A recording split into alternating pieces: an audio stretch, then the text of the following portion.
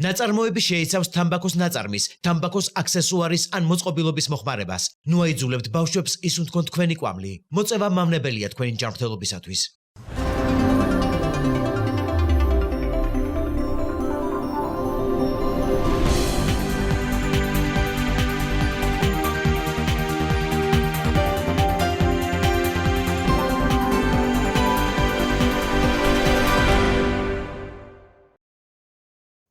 Ապრილს აღდგომაა. წინა სააღდგომო სამზადისისთვის ბაზრებსა და მარკეტებში მომხმარებელთა ნაკადი მკვეთრად გაზრდილია, თუმცა მთავარი კითხვა რჩება. რა ჯდება წელს სააღდგომო სუფრის გაშლა და შეიცვალა თუ არა ფასები პარლამენტში შექმნილი ფასების შემსწავლელი კომისიის მუშაობის ფონზე. ექსპერტების შეფასებით კითხვას გაიაფდა თუ არა რომელიმე პროდუქტი ამ ეტაპზე უფრო რიტორიკული ხასიათი აქვს, რადგან პროდუქტების ფასწარმოქმნაში ერთ-ერთი მთავარი კომპონენტი საწვავის ფასი 7 მარტის შემდეგ სტაბილურად იზრდება.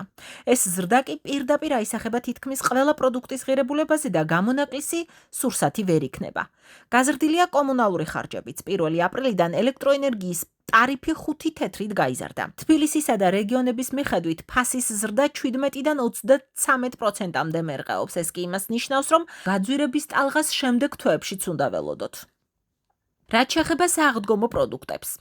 კვერცხის საბითუმო ფასი მნიშვნელოვნად არ შეცვლილა და 30-35 თეთრის ფარგლებში მერყეობს. ეს ჩასაბარებელი ფასია, თუმცა საბოლოო საცალო ფასი უკვე სავაჭრო ქსელების პოლიტიკაზეა დამოკიდებული. პასკების შემთხვევაში ფასები განსხვავებულია. მინიმალური დაახლოებით 3.5 ლარიდან იწყება და ხარისხისა და ბრენდის მიხედვით 50 ლარამდე აღწევს. გაძვირებულია ხორციც. ადგილობრივი მწარმოებლები ფასების ზრდას რუსეთიდან ცოცხალი პირუტყვის იმპორტის შეჩერებას უკავშირებენ, რაც თავის მხრივ ჩვენს ჩრდილომეზობელ ქვეყანაში ინფექციის დადასტურების მიზეზით მოხდა. ფერმერები აანონსებენ, რომ შემდეგ ორ თვეში ხორცის ფასი დაახლოებით 25%-ით ისევ შეიძლება გაძვირდეს.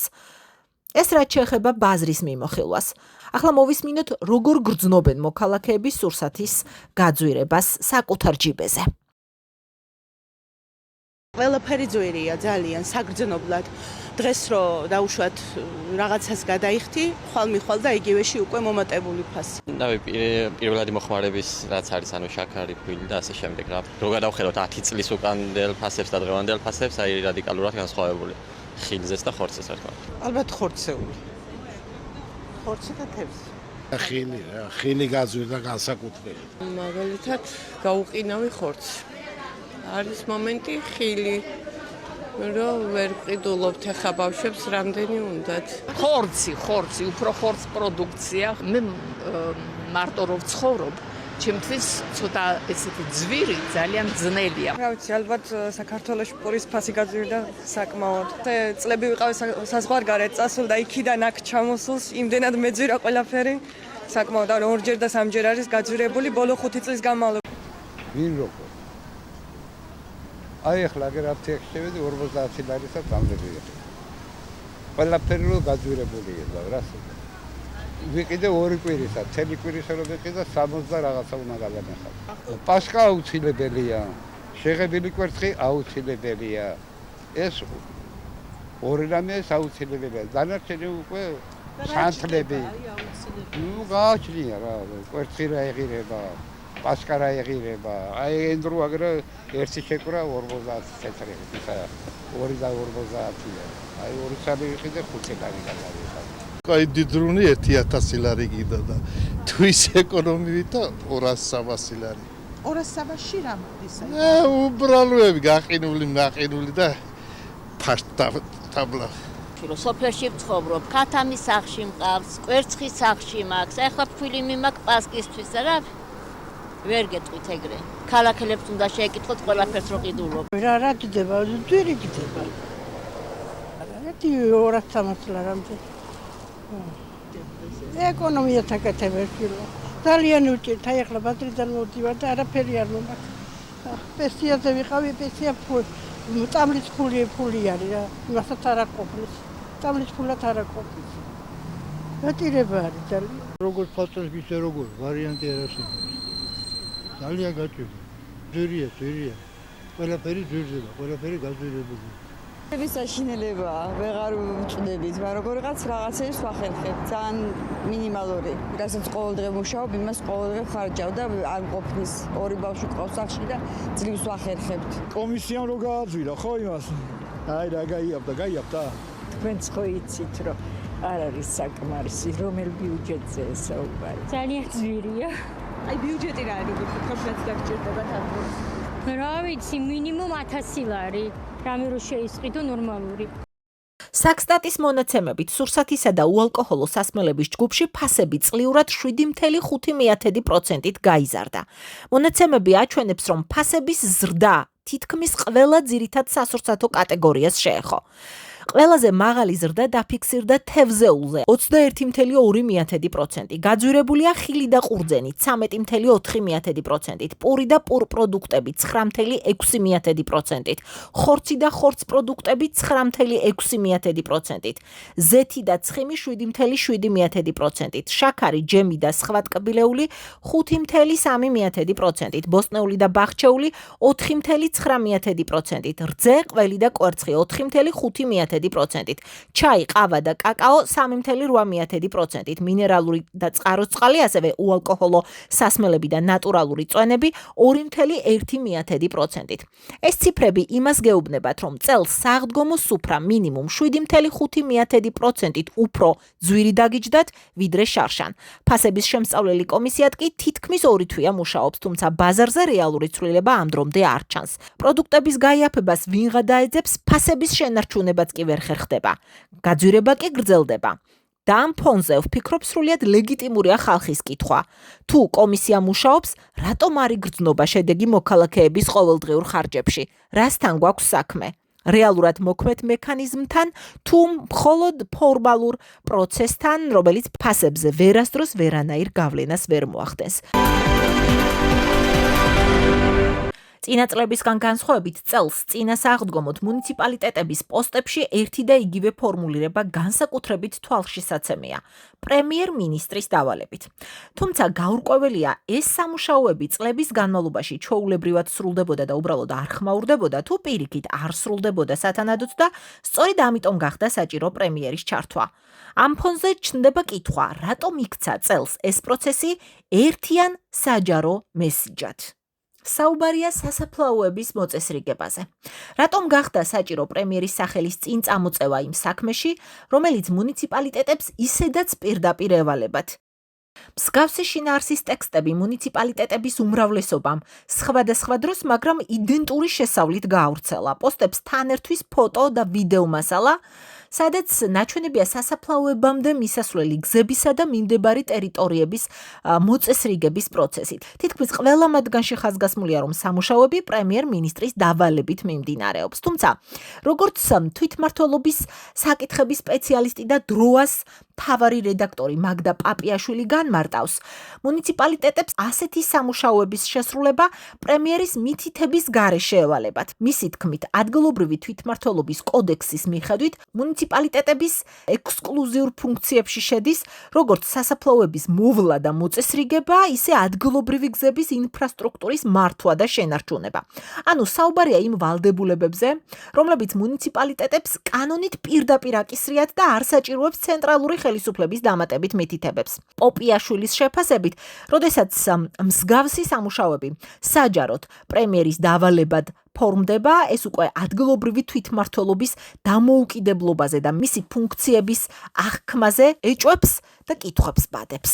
სინამდვილეში სასაფლაოები ყოველი აღდგომის წინ საქართველოში სუფთავდებოდა და ეს ადგილობრივი თვითმმართველობის კოდექსის მე-16 მუხლში, სადაც გაწერილი არის ადგილობრივი თვითმმართველობის უფლებამოსილებები, პირდაპირ წერია, რომ არის სწორედ ადგილობრივი თვითმმართველობის უფლებამოსილება და ამას მუნიციპალიტეტები აკეთებდნენ თავისი ყოველგვარი მითითების გარეშე ყოველწლიურად და არა მხოლოდ აღდგომისთვის. უბრალოდ ვიღაცა ჭკვიანმა, გენიოსმა, ახლა მთავრობის ადმინისტრაციაში მოიფიქრა, რომ მოდი ამაში პრემიერი ვთქვათ, თავაყრა. და არა მხოლოდ ჩვენს რეგიონში, აბსოლუტურად ყველა რეგიონში სახელმწიფო რწმუნებულებმა ჩაატარეს აცვირები და იქ მათ შორის განიხილეს ეს საკითხი. და შემდეგ უკვე ყველა მუნიციპალიტეტმა ეს ინფორმაცია გაავრცელა საკუთარი სოციალური გვერდებით. უბრალოდ აქ რაღაცა განსხვავებები მაინც არის. იმ მუნიციპალიტეტებმა, სადაც თავმოყარეობა ცოტა უფრო შერჩათ, გააზიარეს მხოლოდ სახელმწიფო რწმუნებულების ინფორმაცია. ამან დაწერეს თავად ამგვარი ინფორმაცია და ბოლოში მიუთითეს, რომ ამ ყველაფერს აკეთებდნენ პრემიერის დავალებით. აი, ყველაზე თავმოყარეობებმა, მაგალითად, როგორიც არის ახალციხე და ბორჯომი, ამაზე საერთოდ ვიდეოები გააკეთეს და დაიწყეს სწორედ იმით, რომ პრემიერის დავალებით სუფთავებენ სასაფლაოს, ჩახედონ ადგილობრივი თვითმმართველობის კოდექსს, ვისი უფლებამოსილებაა ეს და თუ არა ასრულებენ ამ უფლებამოსილებას, მაშინ ვისი ადგილობრივი თვითმმართველობაა, ვისი მერები არიან და საერთოდ რას აკეთებენ. ძალიან სამწუხაროა, რა თქმა უნდა, მე აქამდე ვიცინოდი ხოლმე, როცა წინა პრემიერის ღარიბაშვილის უშუალო ჩართულობით და დავალებით საახალწლო ნაძვისხეები მართდებოდა ხოლმე. და თურმე ჯერ სადავართ, ახლა სასაფლაოებს ვაწესრიგებთ პრემიერის დავალებით. ზოგადად თუ გადავხედავთ განსაკუთრებით ბოლო პერიოდის ინფორმაციებს, რაც ადგილობრივ თვითმმართველობას ეხება, აბსოლუტურად ჯერ ისედაც ცენტრალიზებული იყო და კიდევ უფრო მეტად ცენტრალიზებული ხდება ეს სისტემა. სასაფლაოებს პრემიერის დავალებით ასუფთავებენ, განვითარების გეგმებს პრემიერის დავალებით, ყველას ერთად მოუნდა რომ ველადიანი განვითარების გეგმები დაწეროს აწლიანი და ყველა ამას აკეთებს.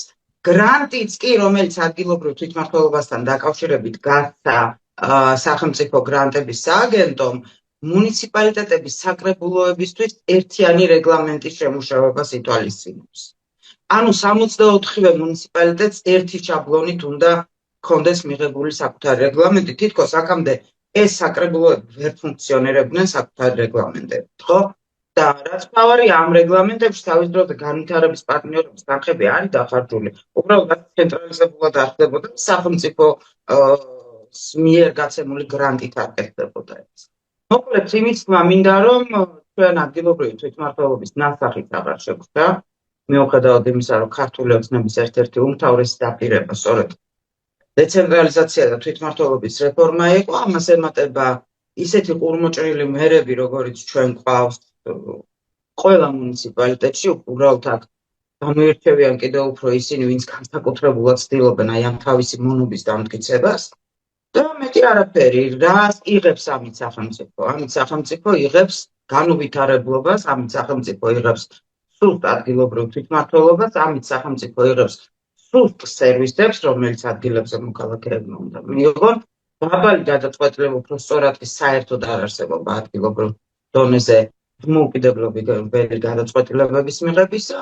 და საბოლოო ჯამში ეს ყველაფერი აისახება იმაზე, რომ ერთ დღეს უბრალოდ კიდევ უფრო მეტად დაცლილ ჩვენს ქალაქებსა და სოფლებს მივიღებთ, იმიტომ რომ იქ არ იქნება არანაირი შანსი თვით რეალიზების, არანაირი შანსი განვითარების და დარჩებიან ისეთი ყურმოჭრილი მონები, როგორც ახლა გვყავს მერების და საკრებულოების სახით.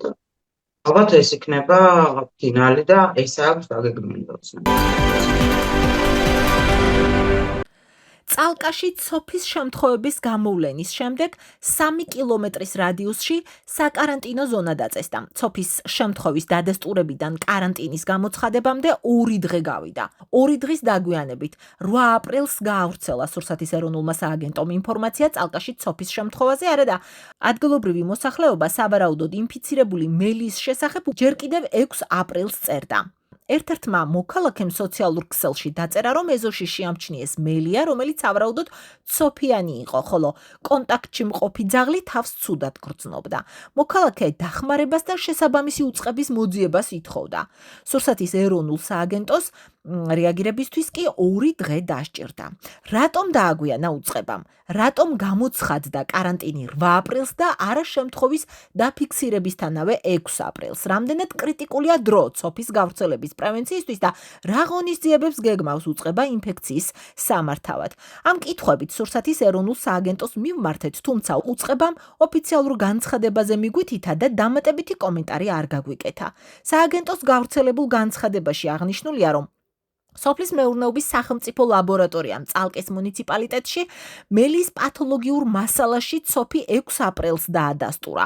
ამავე ინფორმაციით ქვემო ქართლის სახელმწიფო რწმუნებულის განკარგულებით დაინფიცირებულ პუნქტსა და მიმდებარე ტერიტორიაზე კარანტინი გამოცხადდა და შესაბამისი ღონისძიებები დაიწყო. არ ამბობენ კონკრეტულად რა ღონისძიებებზეა საუბარი. მართალია, სურსათის ეროვნული სააგენტო არ გვეუბნება რას აპირებს დაავადების გავრცელების პრევენციისთვის და მისი მართვისთვის, თუმცა როქის ვეტერინარი დავით ბოსტაშვილი გვიხსნის, როგორია ცოფის პრევენციის საერთაშორისო პრაქტიკა. როდესაც მაღალი თოვლია და მაღალი ნალექია, მაგ შემთხვევაში ცხოველის მიგრაცია ხდება უფრო დაბლა მოსახლეობასთან ახლოს და ეს გარკვეულ რისკებს შეიცავს, რა თქმა უნდა, ხო? მაგალითად, ავიღოთ ცოფი, შეიძლება ხორცისჭამელი მტაცებელი ცხოველი ცოფით იყოს ინფიცირებული ვირუსით და მოხდეს მისი, ასე ვთქვათ, აგრესიული შევარდნა, ვთქვათ, ფერმერულ მეურნეობაში ან შეიძლება სახლის ეზოში და აბსოლუტურად უმართავი იყოს ამ ცხოველის მდგომარეობა.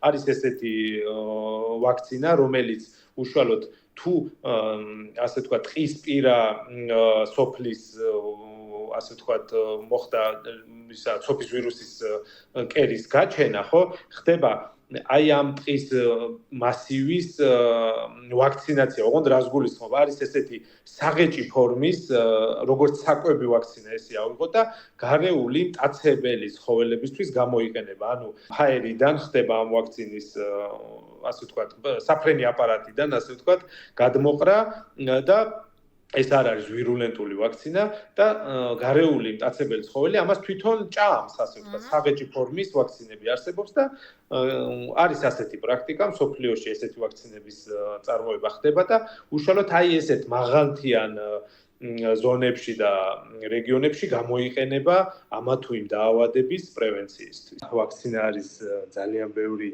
როგორც ადამიანის გადამრჩენი პრეპარატი და საშუალება, ისე შინაური ცხოველებისთვის და ფრინველებისთვის აუცილებელი საშუალება, რომელიც იცავს ჯანმრთელ ორგანიზმის პრევენციის სახით, იცავს რიგი ინფექციური დაავადებების მიმართ. ვაქცინაცია არის უპირველეს ყოვლისა ბიოლოგიური საშუალება. ეს არ არის ისეთი ნივთიერება და თქვათ ნივთიერებების ნაერთი, რომელიც ან ხორც პროდუქტებს, ან კვერცხს, ან რძის პროდუქტებს რაიმე თქვათ ზიანს დააბინძურებს, ან თქვათ მისი ნარჩენები აღმოჩნდება სასურსათე პროდუქტში. ასე რომ რიგი ინფექციური დაავადებები თუ დაავადებების წინააღმდეგ თუ არ ჩატარდა ვაქცინაცია, პირიქით იზრდება ცხოველის ლეტალობა, სიკვდილიანობის მაჩვენებელი ძალიან ასე ვთქვათ მაღლა იწევს და არც ერთი მეცხოველეობის და მეფრინველეობის დარგი არ იქნება რენტაბელური. პრაქტიკულად განწირული იქნება ვაქცინების გარეშე. ესეთი მითია, რომ თქვათ ვაქცინას თუ გაუკეთებ, შეიძლება ცხოველი ან გაბერძდეს, ან პროდუქტიულობა შემცირდეს, ან ცხოველის ზრდის ტემპი შეენელდეს, ხო? რა თქმა უნდა, ეს მითებია, იმიტომ რომ ის ვაქცინები, რომელიც უკვე აპრობირებულია, ის გადის შესწავლას, კვლევები ტარდება როგორც კლინიკური, ასევე ვთქვათ, პრაქტიკული ნაწილი მის შესწავლია, ასე რომ ეს ყველაფერი მითი არის. თუ ვაქცინაციის ინსტრუქციას გამოვიყენებთ ზედმიწევნით, არანაირი მას უკუჩვენება არ გააჩნია, შეიძლება დაყოვნების პერიოდი უბრალოდ შეზღუდვა კონდეს მაკეობის ვთქვათ ბოლო ტრიმესტრზე და ეგ უნდა იქნეს დაცული. ანუ ის ინსტრუქცია, ის რჩევა დარიგება, რაც მოყვება ვაქცინას, ის უნდა დაიცვას ვეტერინარმა და აუცილებელია, რომ ფერმერმა მოითხოვოს, სანამ მის ცხოველს ჩაუტარდება ვაქცინაცია, რომ გაეცნოს ამ კუთხეს. ასევე არ უნდა მოხდეს დაავადებული, ასე ვთქვათ, კახექსიური დასუსტებული ცხოველის ვაქცინაცია, რადგანაც შეიძლება მისთვის ეს თქვათ ვაქცინაციის ჩატარება არ იყოს მიზან შეწყვეტილი. დანარჩენი მიმართულებით, რა თქმა უნდა, ეს სრულიად უსაფრთხო საშუალებაა. შეგახსენებთ, წალკაში ეს ცოფის პირველი შემთხვევა არ გახლავთ. გასული წლის ოქტომბერში წალკის სოფელ დარაკოვში მელამ ძაღლი დაკბინა, რომელსაც მოგვიანებით ცოფი დაუდასტურდა, თუმცა მაშინ ინფექციის კერიდან 3 კილომეტრიან რადიუსში კარანტინი დაუყოვნებლივ გამოცხადდა.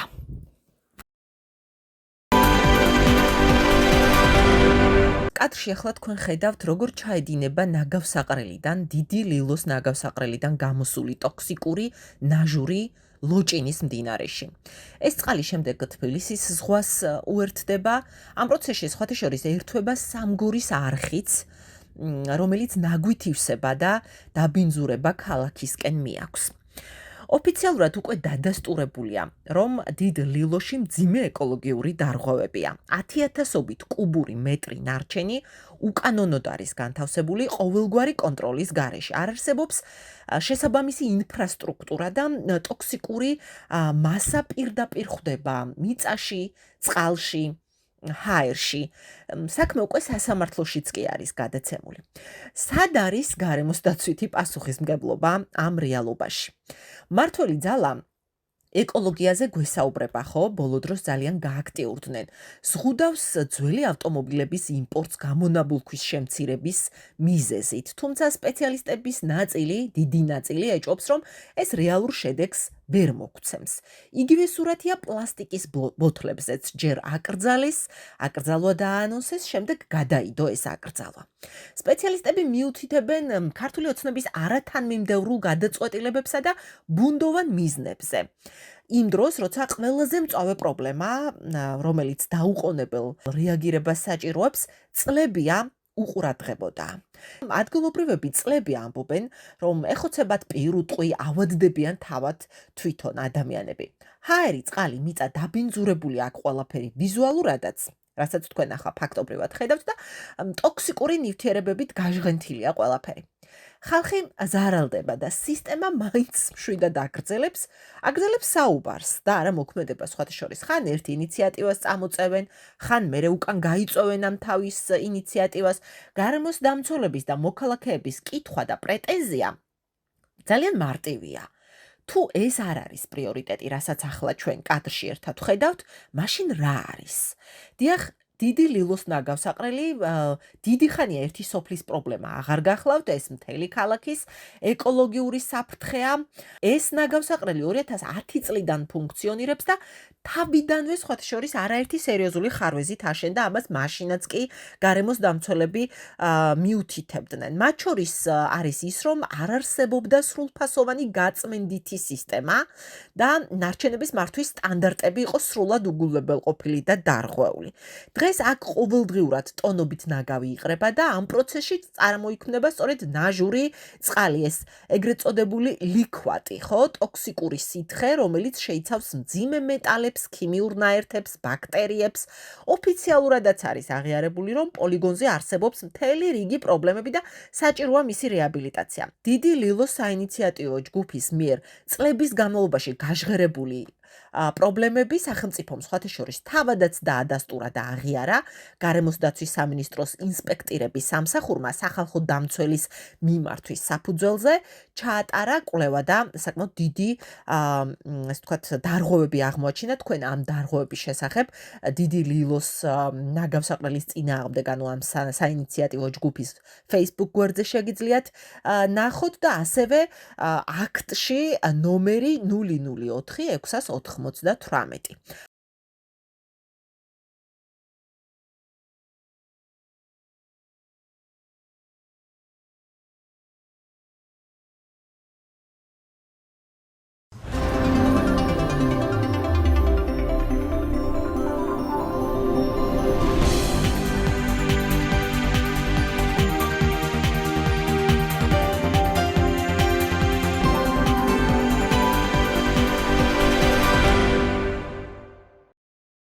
ნაწარმოები შეიცავს თამბაქოს ნაწარმის, თამბაქოს აქსესუარის ან მოწყობილობის მოხმარებას. ნუ აიძულებთ ბავშვებს ისუნთქონ თქვენი კვამლი. მოწევა მავნებელია თქვენი ჯანმრთელობისათვის.